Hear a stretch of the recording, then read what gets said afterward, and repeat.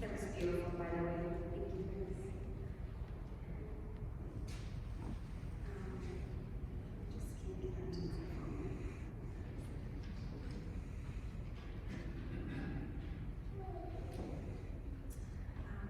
First of all, I want to thank everyone for coming and being here today and honoring my dad's life.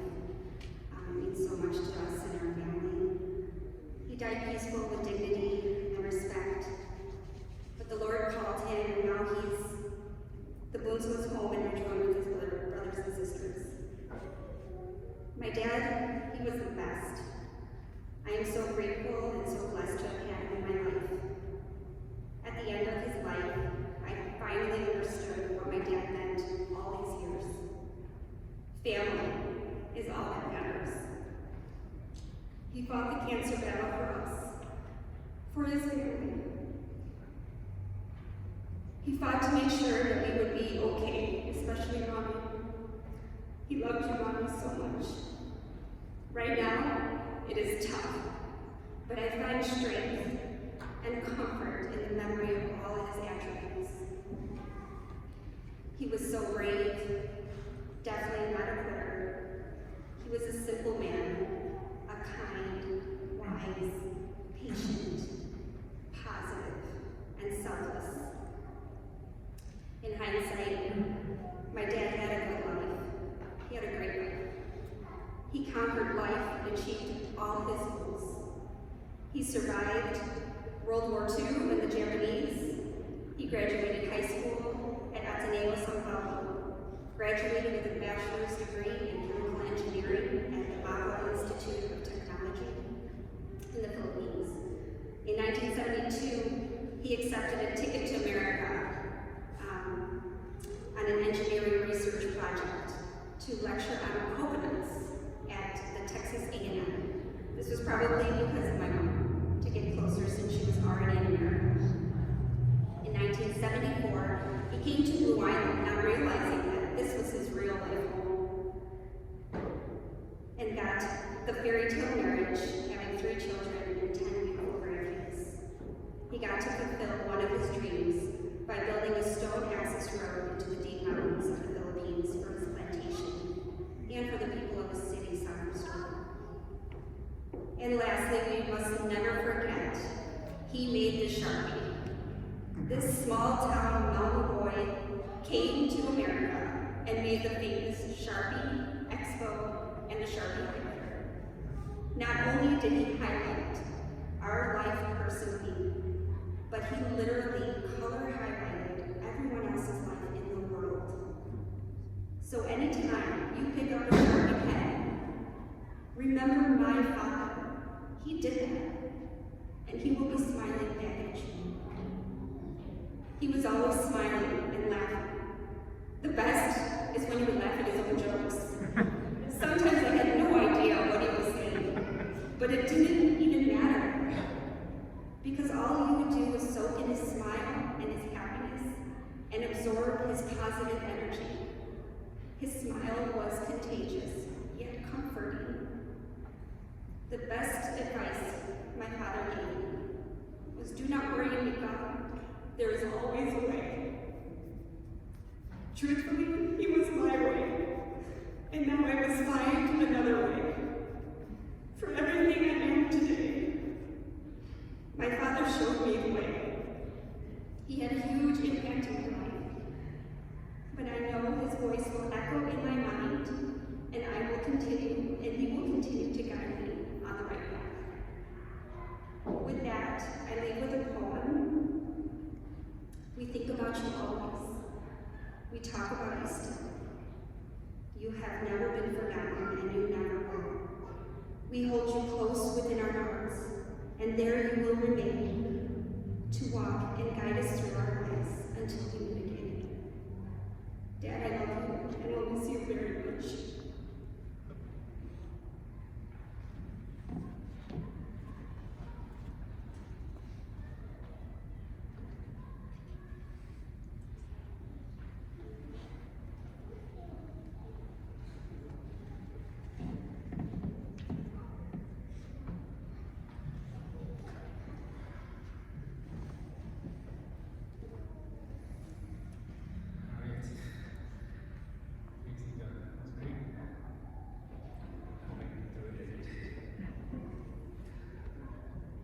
had to sum up the life of my father, I believe the best way to describe him is a great gardener. My dad loved to garden, from tending to his own backyard or tending to taking care of his plantations in the Philippines. The plants he grew were huge. We have so many pictures as children next to his plants. Those were his children too. He even shared that with the grandkids. And they have pictures with those plants. Dad was not only just a great gardener of fruits and coconut trees, but my dad was a great gardener of life. He grew great friendships. Even if someone met him for a few minutes, they would remember him. He would make a long-lasting impression because he always made people smile. Anytime I would talk to any of his friends, they would always share stories of happiness with my father, because they always knew who he truly was, and they really enjoyed his company. My dad grew 3 great kids. He would help us with our homework, even though there was a lot of yelling. He would drive Mika and Jamie to all their events, all their music lessons. For me, he drove me all the way back from New Jersey just so I could get my dream car. He would take us fishing. He even caught Jamie's ear on the day I was born. And before I would ever go fishing with him, he would take me out to our backyard and to the field behind the house so that way we could collect worms. And it always amazed me how patient he was. Because even though he would miss that worm, he'd be okay because he knew there was always another worm a couple steps away. And that's what he taught us. He taught us that everything always works out. He supported us in any decision we made, and he was always there to help us, no matter what we did. Dad gave each of us strong roots, which blossomed into 3 great families. And I know Dad is so proud of that.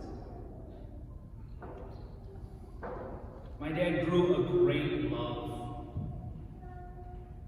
I did everything so he could be with my mom. He pursued her in the Philippines, even though my grandfather, my Lolo, wasn't too keen on him. What do you want to know her?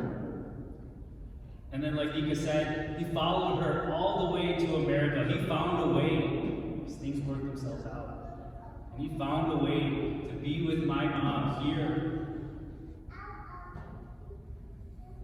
When my mom had her accident, not once did I ever see him frustrated having to take her to the hospitals or having to take her to different churches or holy sites.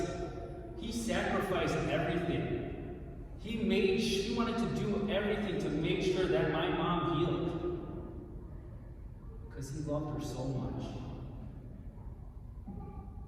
We knew that if we ever wanted our dad to say yes to anything, all we had to do was ask Mom. To say, Mom, can you ask Dad? Because he would always say yes to Mom.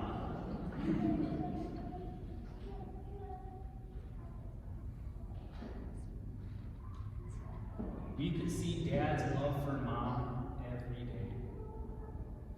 And that love, I really believe, gave Mom the strength to finally let him go. Thank you, Mom. Finally, Dad always talked about retiring in the Philippines. And even though he was able to go back a few times, I know it wasn't what he imagined.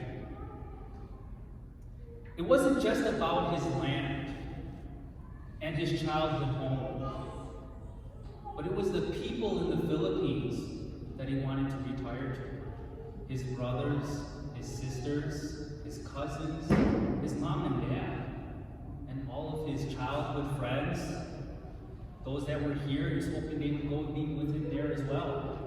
And all of his, all of his Margada. That's what Dad was all about. But Dad sacrificed spending time with his friends and family to be here, to raise his family. And then even after he retired, he stayed even longer. He postponed that retirement just so he can be with his grandkids. And that's a sacrifice that my dad always gave up for everybody and for his family.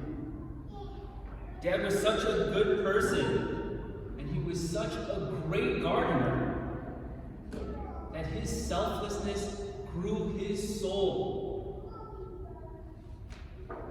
It grew his soul so well that God had to harvest it early.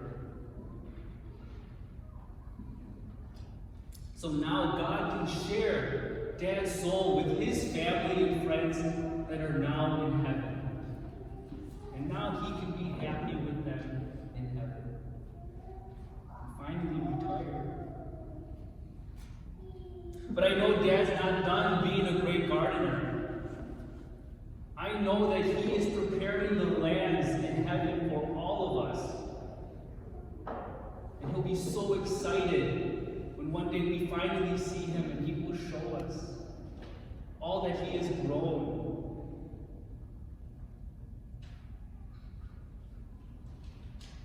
And Dad, it gives me great joy knowing that one day I will get to walk the lands in heaven with you.